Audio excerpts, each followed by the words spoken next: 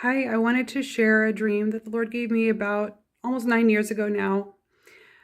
In this dream, when I woke up from it, there was a sense of urgency that it felt like it was happening at that moment, or it was going to happen very soon. And I'll say this dream happened almost 9 years ago, and has not left me.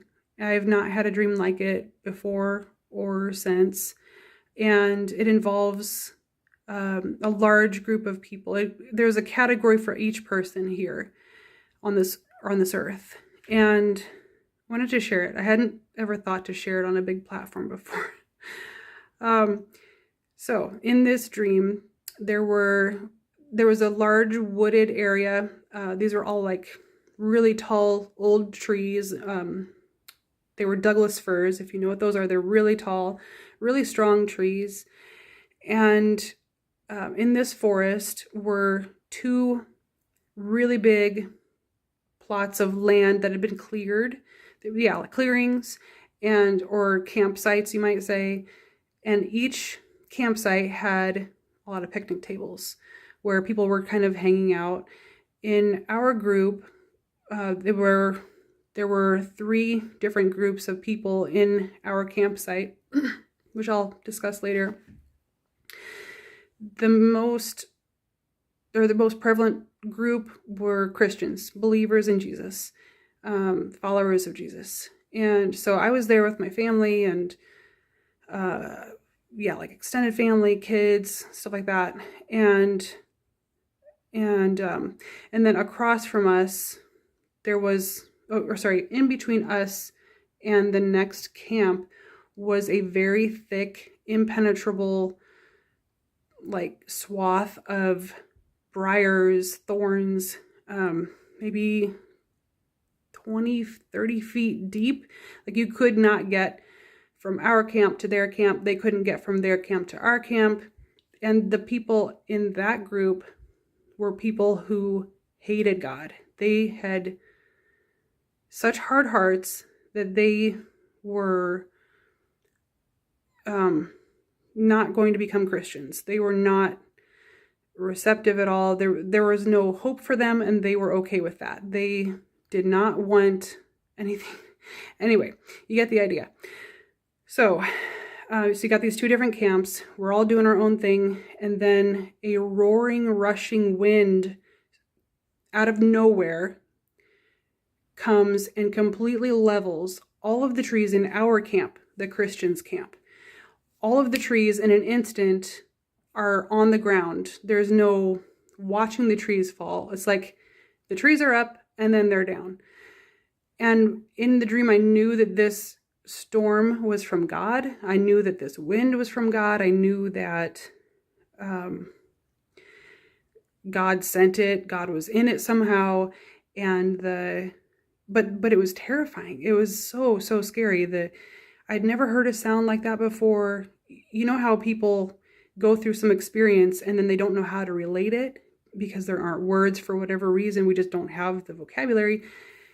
That happened to me in this dream because this sound was I guess you could compare it to a steam engine, maybe like roaring by. It's not just the sound, it's the vibration with it, or the magnitude, like the sound waves, I guess, the shock waves. So the shock waves of the air, of the wind, leveled the trees in our camp. And we were all like diving, we were just like diving for cover. I think my stepdad had thrown me to the ground to cover me from the trees that were falling. And then the next instant, we're all trying to like pick ourselves up, dust ourselves off, look around in bewilderment, like what just happened, checking to see if they're okay, checking those around us. Well, lo and behold, nobody in our camp was injured. There was not a single injury. There was no death. All of the trees had landed in between picnic tables, in between people. Nobody was hurt. All of the Christians were okay. One of the other groups, one of the three,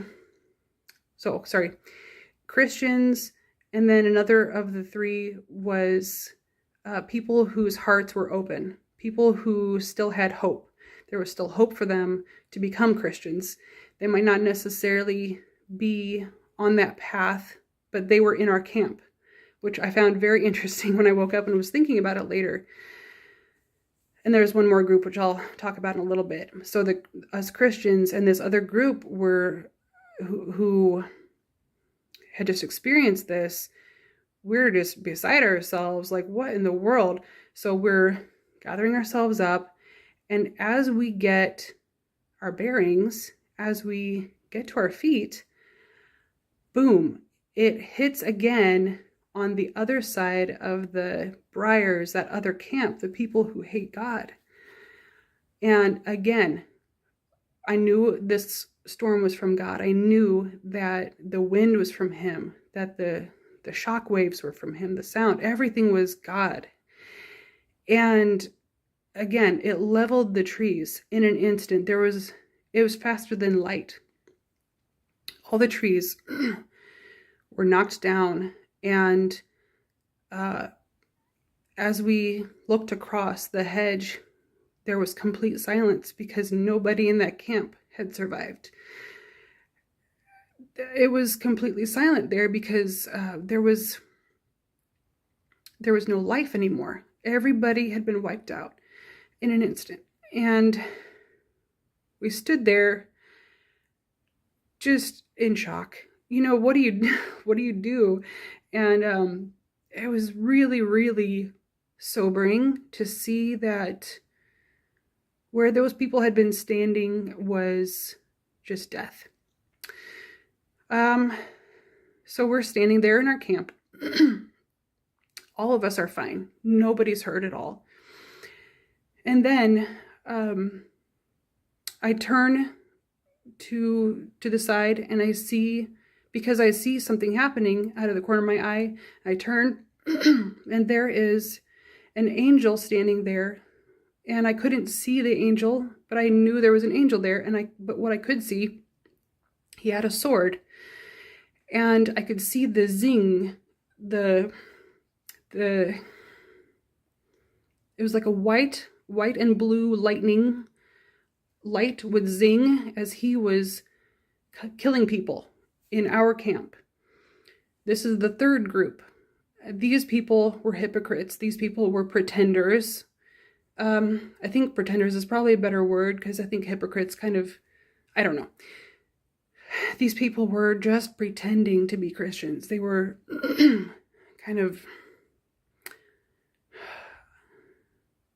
maybe they were cultural Christians. I don't know exactly, but they were pretenders. And this angel was killing them. And there weren't a lot. It was like just a couple of 2 or 3 people, but they were in our camp, and this angel was terrifying. Like, I can imagine the fear that people a long time ago in Bible times had when they saw Gabriel and Raphael or whoever, very afraid. Well, I was feeling fear, and I wasn't even seeing them. So I knew this angel was here. He was killing people who were pretenders. They were not supposed to be in our camp. They were fakes. And in my fear, I dove to cover my son, who was nearby. But he wasn't in danger of being killed. It was just the terror of this powerful being of God who nobody could thwart. You can't even see him, and his lightning sword is slicing people. Anyway, my son was okay. There was no need to be concerned for him, but I didn't know that. The fear was stronger than what I knew, that he would be safe. Anyway, okay, so after the angel had finished taking out the fakes in our group, then there was calm, and we were at that point pretty stunned.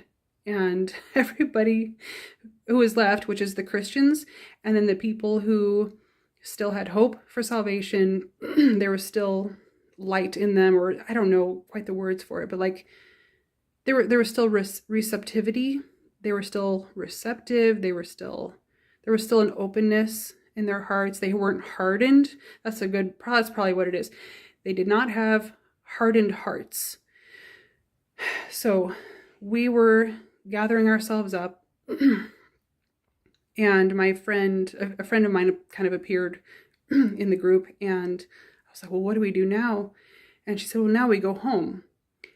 And so we all went home, whatever that was. And then I woke up, and I think that as I've thought about it over the years and tried to figure out what it means, I've landed on a couple of things, but there's a lot of symbology there or symbolism that I don't fully understand.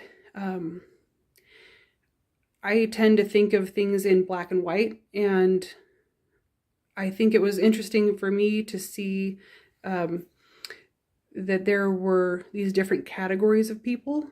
There were 4 different categories of people in this dream anyway.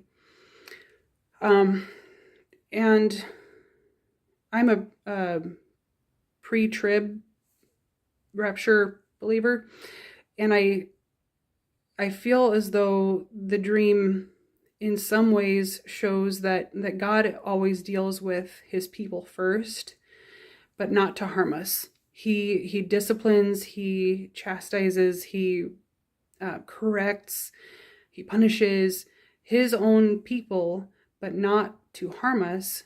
It is always to refine us. It is always to bring us closer to him, to purify us and loosen our grip on this world. So the trouble that came to us was not for our harm. Whatever the trouble that was, I don't know. I don't know if it was physical or what, but the trouble that comes to those outside of our camp, and even the pretenders and the fakes inside of our camp, that is a whole other kind of thing. And so no matter what we face in this life, we have confidence that even the painful things, even the really, really hard things that we go through, the tragedies, the loss, the pain, all of that is not meant to destroy us. It is, and it won't. God will not allow anything to destroy his children. So I just wanted to share that as an encouragement. And I don't know if there are parts of that resonate with you, that the Holy Spirit has spoken to you about in the past. Please let me know your ideas, your thoughts. I'd love to hear about that. Like, what does the storm represent? What do the trees represent? Or maybe it's nothing. Like, I don't know. But thank you very much for your time. Have a good day. Bless you.